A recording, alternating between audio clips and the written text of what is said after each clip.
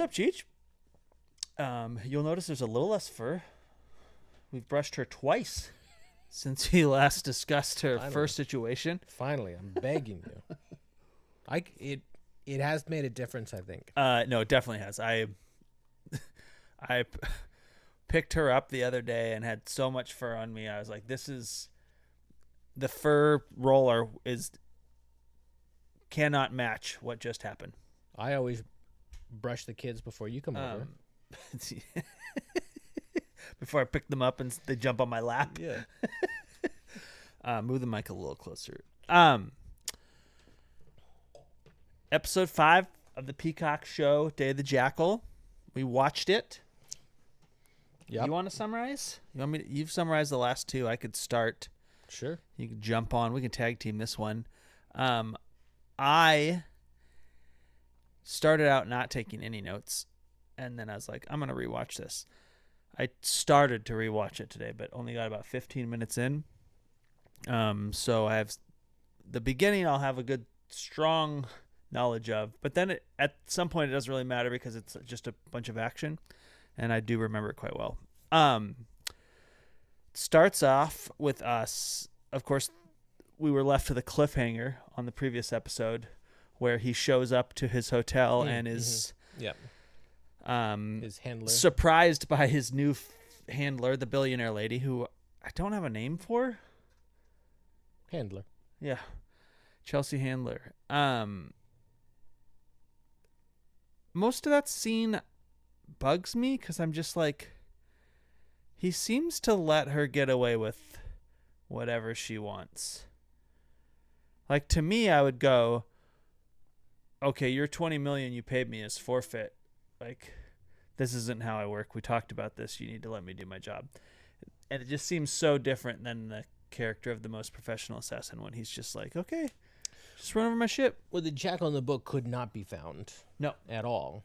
Then that was part of the plan, because nor did they even try to. They were just like, hey, we've got, if you want, here's a phone number for you to call and we'll give you some information. He seems to be picked up real quick. She found him very quickly. And very different from the book. The people hiring have a lot of power. Where in the book they're very much on their way out, and this is a gasp at the end, right? This is like a death gasp, if you will, a grasping for anything at the last moment as they're defeated. Yeah, they're grasping for straws at this point. Two things there. One, yes, absolutely, they're grasping at straws. This is the last thing they could possibly think of for their dying movement. Yeah. And two, they've lit a fuse that they just can't. Nope. Even if they were like, this was a bad idea, it is that faucet is turned on and it broke. You can't turn it back off. Here they can just find him in a hotel, and you have the feeling that if this guy didn't work out, he's their favorite option, but they've got many other machinations, wheels within wheels, that they could. I believe she says you have $20 million from very powerful people that aren't used to not getting what they want, or something like that. Right. I had to play it about 20 times.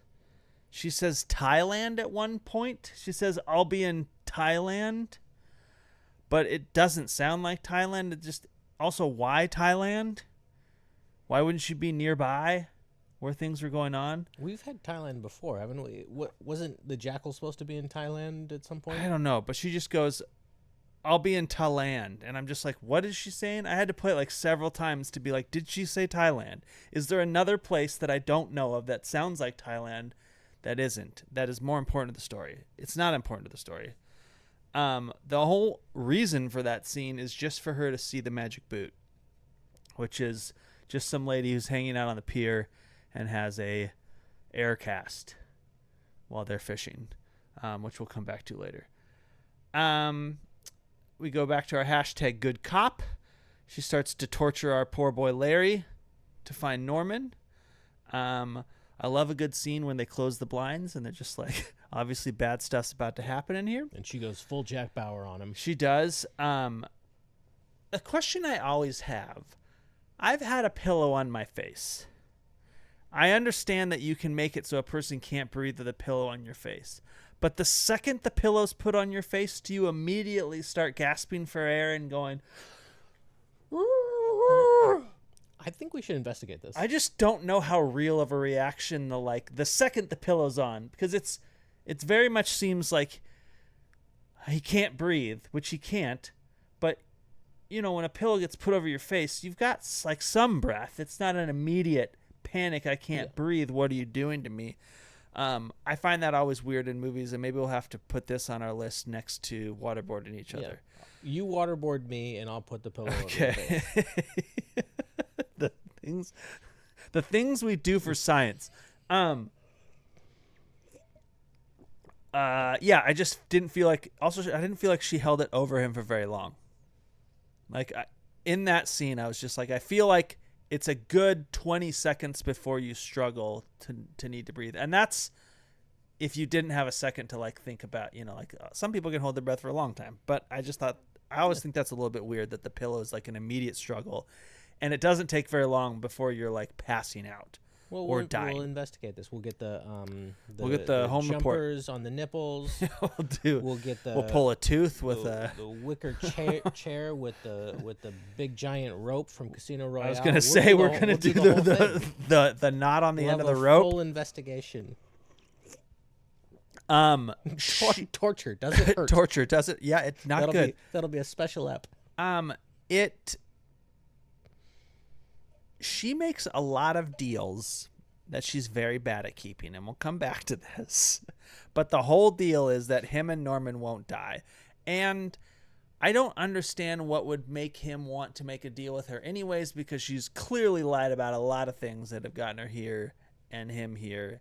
And he lost his wife, who he killed, and his daughter. He lost his playful word.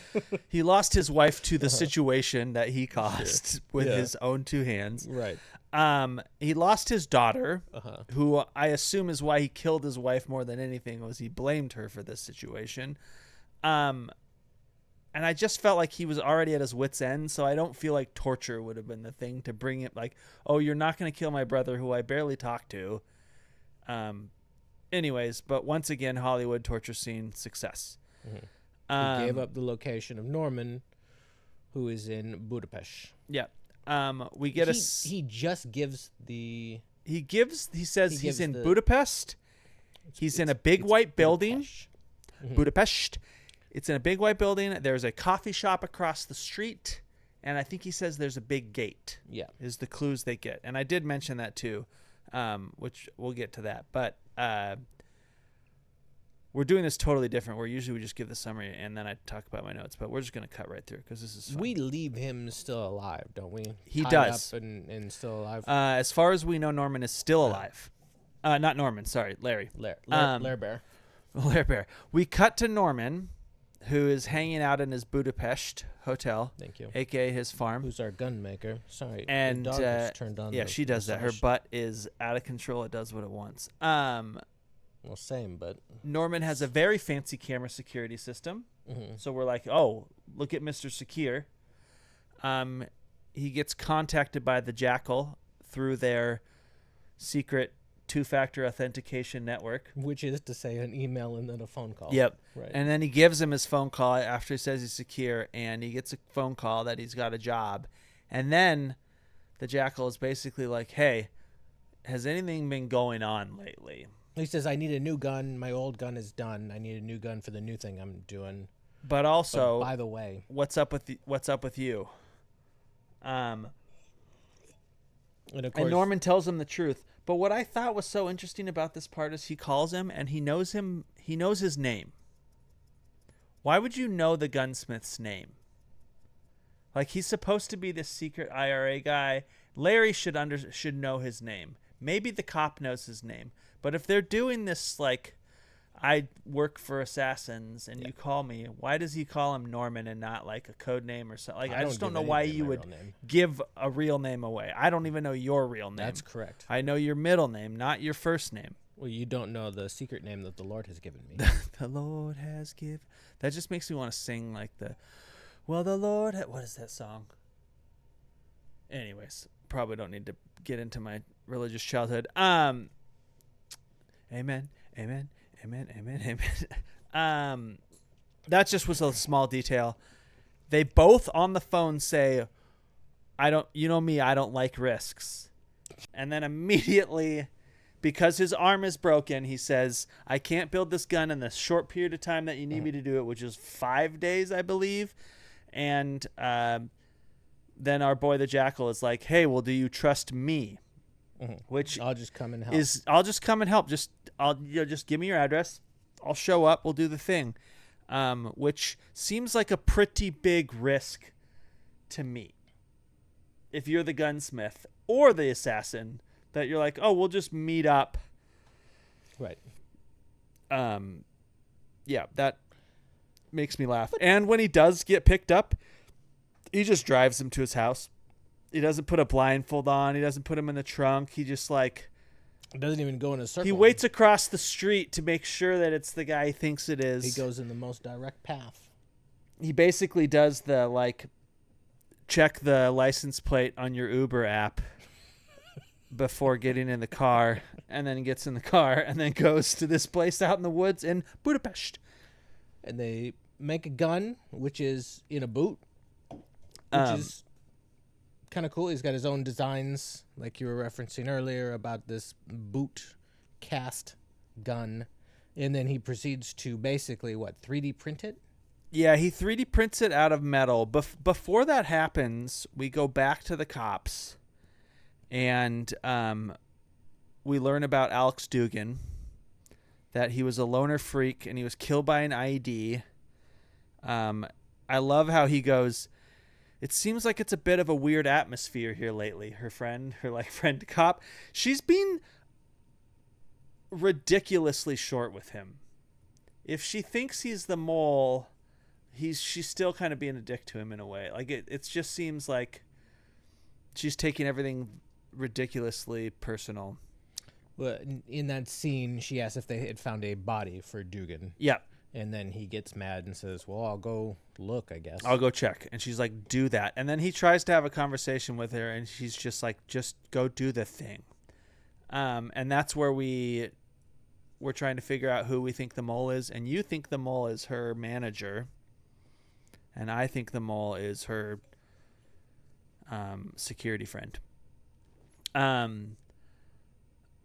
I love that when we're in the office and she's describing the Norman's location, that it's basically the equivalent of the tap, tap, tap, tap, enhance, where she's just like, well, it's going to take me some time. You're not giving me a lot to go by. And then we never actually see how she finds the place. Just a half hour, an hour later, she's just like, we've got the address. For sure, we've got it. It's like those mid-'90s movies when they were just starting to incorporate the internet into their plot lines, like the net or something. It was like, I just need to log into the thus and so, and then yada, yada, yada. I need to IP Bingo, their network DHCP, and we're in. But that's fine.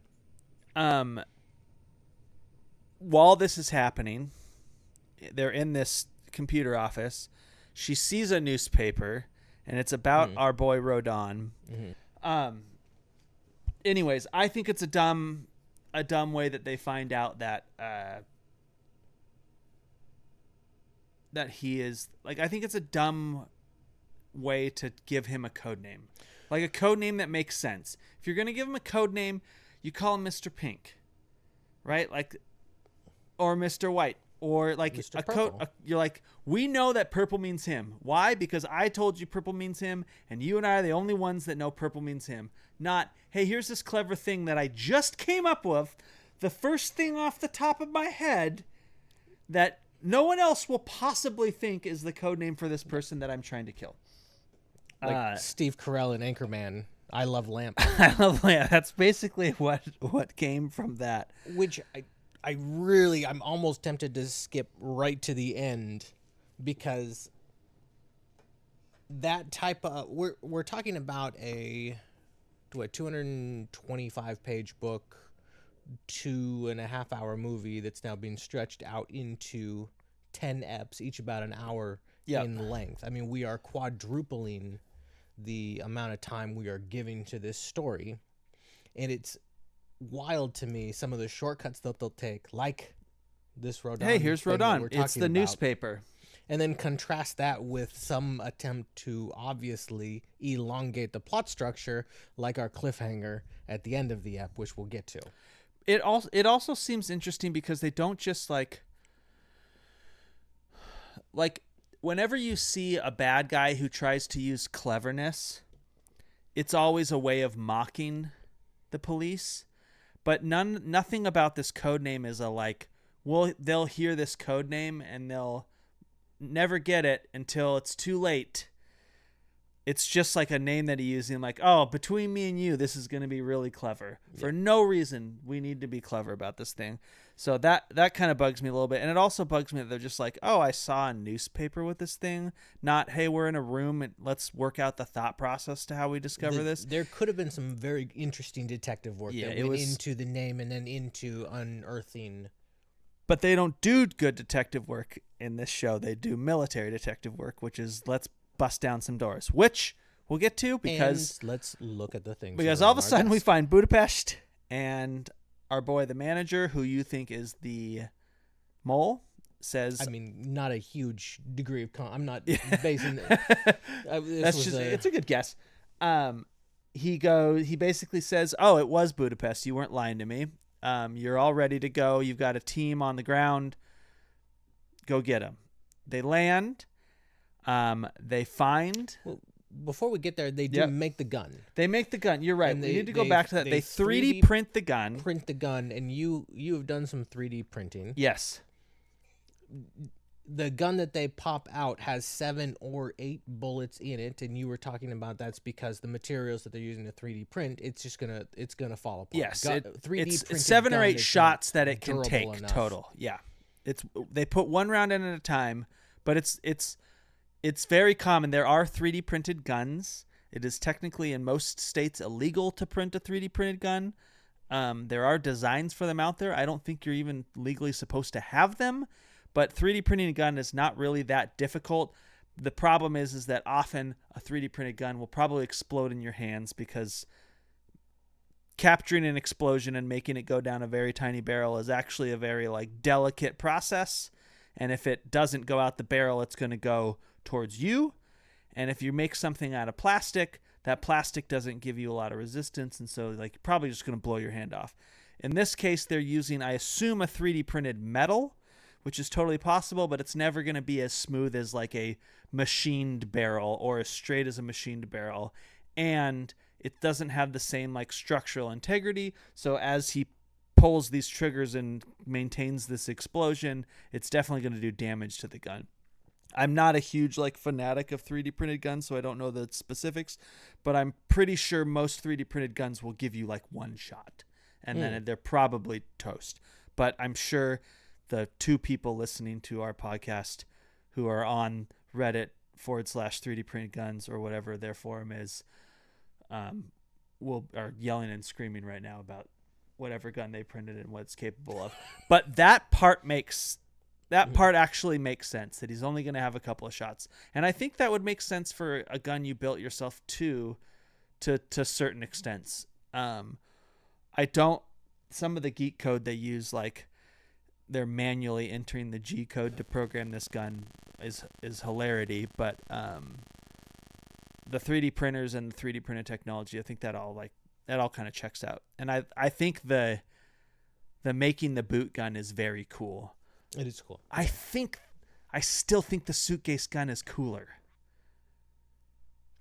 Probably. But boot gun is pretty cool. Boot gun is pretty cool, and I hope we get to see it. We have some concerns about boot gun. We do, because he says you have 7 to 8 shots, and I think he takes 6. Maybe he takes 7. Wow, I was gonna say 5. So let's meet on 6.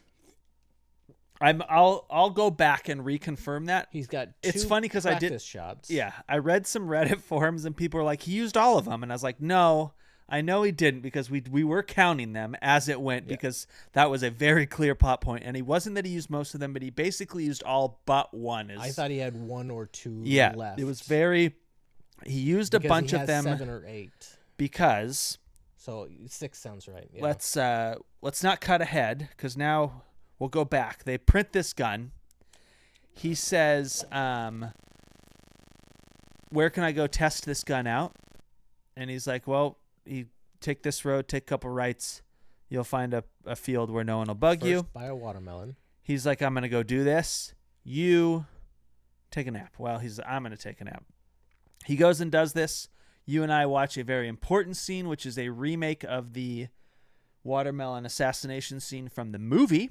And also from the book. And they did some very deliberate camera shots as nods to the original 70s film that were pretty cool. When they did the zoom, some of the old 70s zoom, it made me laugh a lot. I thought it was in a that's amazing kind of way. And if you haven't seen the movie, I would be willing to say that 99% of the people who've watched this TV show have not seen the movie and had no idea what was going on there. And it was still a fine scene. He was just gauging where the gun goes, and that is probably the most iconic scene of the movie. If you ever see clips of the movie on Facebook from random Russian bot sites, that's the clip that always like pops up, is him like shooting a watermelon. I don't know why, but they're just like, and it's always some Facebook company called like Best Movie Ever or Best Film Clips or whatever.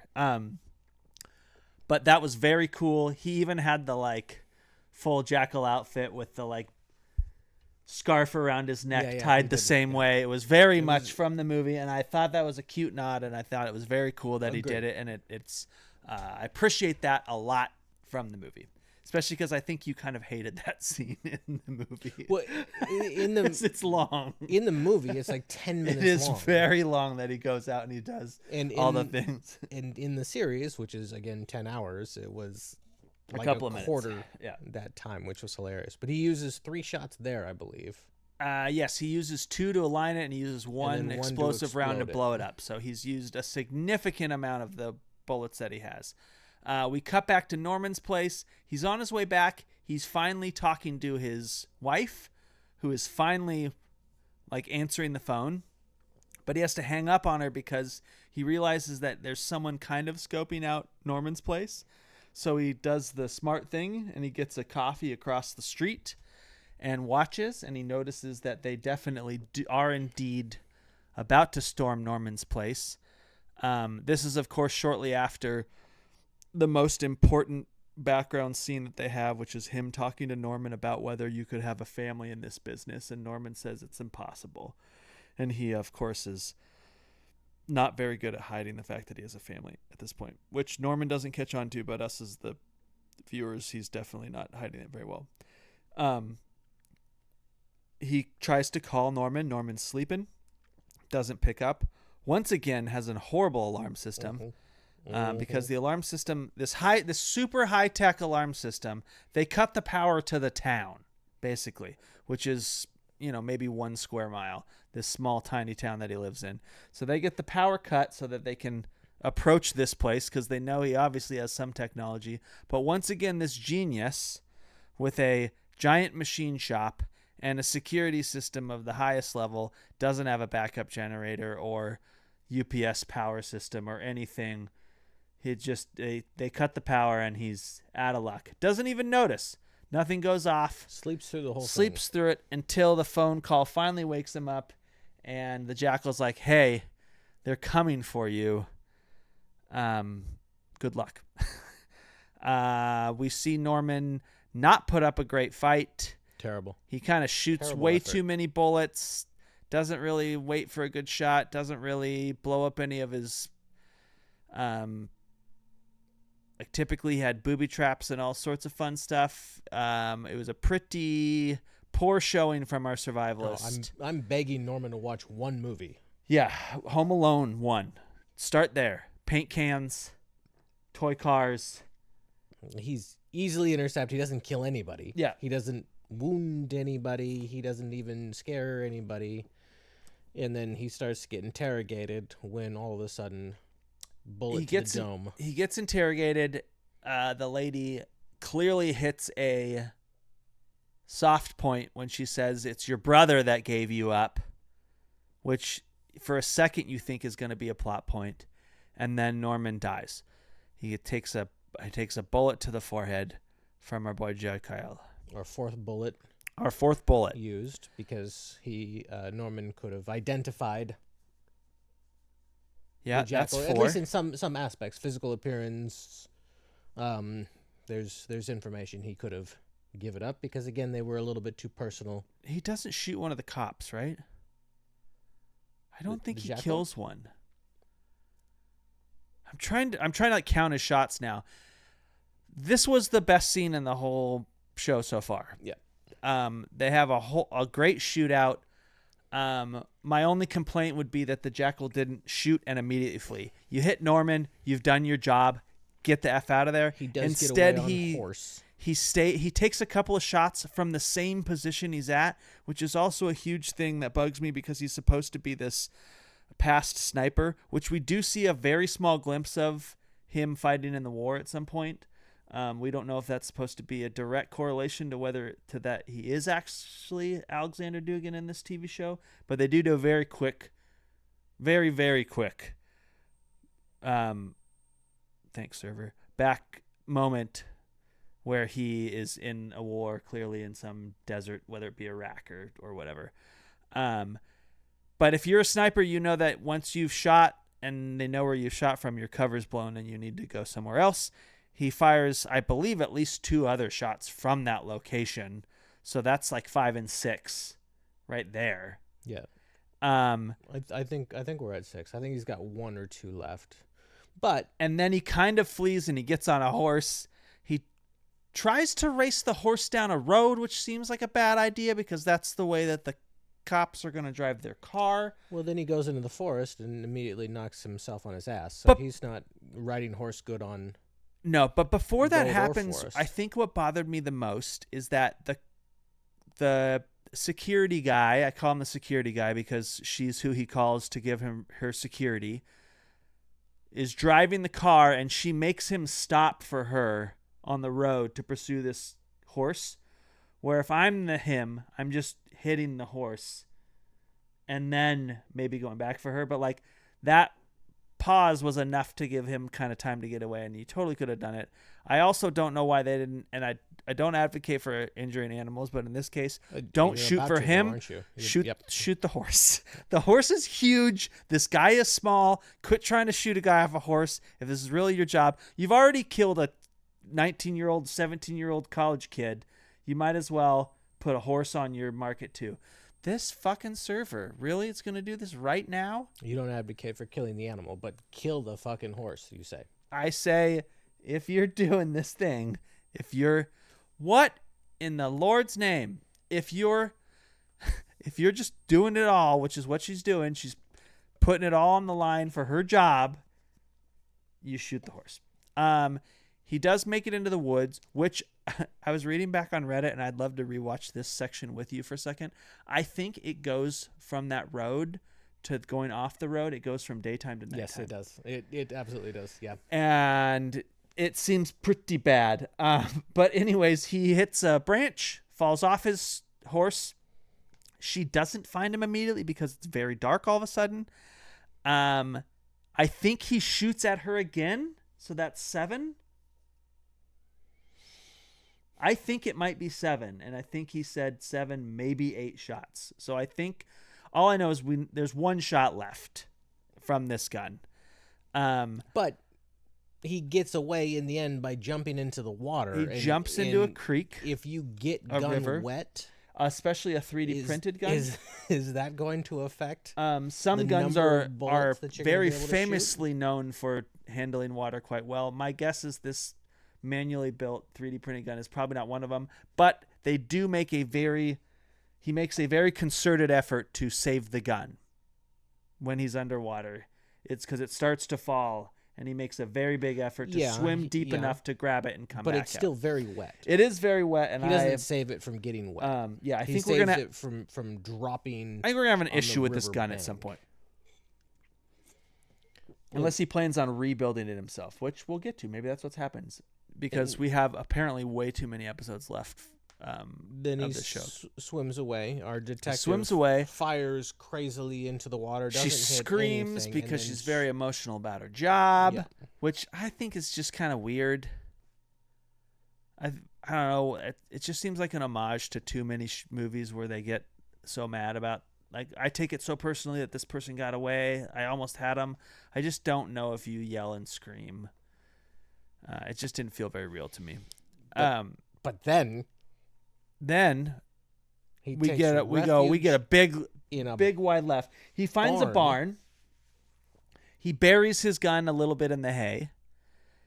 And then instead of burying himself in the hay, he takes a nap.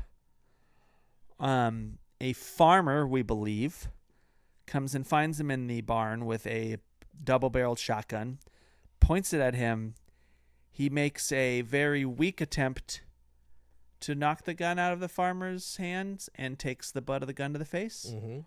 And then we see him hanging from the shackles in a barn. Like it's Texas Chainsaw Massacre. Yeah, and that's how we end, which was an absolutely bonkers left turn. Bonkers left turn for a lot of reasons. One, if you find someone in your barn, I don't think you chain him up. So obviously this is going to be he's in a made for TV scenario.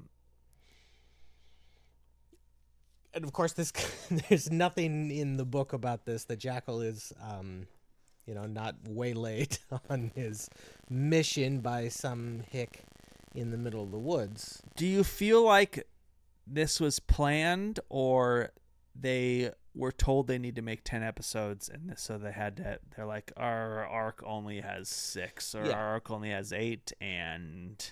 Well, number one, we think it's a farmer, right? Not a agent of some sort. This is the guy who owns the unless it's like land Norman's neighbor and knows grows the him very corn. well, but I think it's just a farmer. Just a farm. They're far away from Norman's place at this point. They got on a horse. They got on a river. It's nighttime. It's nighttime. There's zip-zapping around. And he's not going to take a nap in the neighbor's. That's fair. So he's gone downstream. Pretty far away. Yeah. So this is just some random guy. Not a in Budapest. Not one of Bianca's agents or another country's agents or this or that. So in that case, yeah, it's absolutely a tacked on subplot to get from 6 eps. You don't think the writers put this ahead of time? That's all I want to know is if the writers wrote it into the story and this was all part of the pitch, or if someone was like, this needs to be 10 eps. We're paying for 10 eps. I don't know exactly where it got inserted, but this is absolutely something that got inserted from I have 6 eps, I need 10 eps. What do they call it in Hollywood when they have an episode that all takes place in one place? A bottle episode? A bottle episode, because it's a budget thing usually, right? One of the more famous ones, of course, is in Breaking Bad. The Fly. The Fly episode. Mm-hmm. Do you think that's what's happened? Is they're setting up for the bottle episode that's going to take place almost entirely in the barn? When this happened, my first reaction is to absolutely hate it.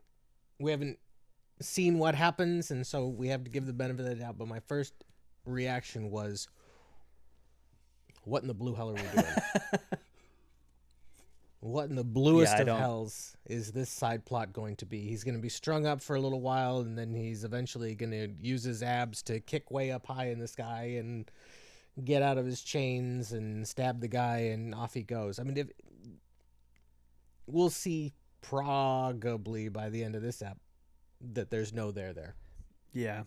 This is going to be a filler ep.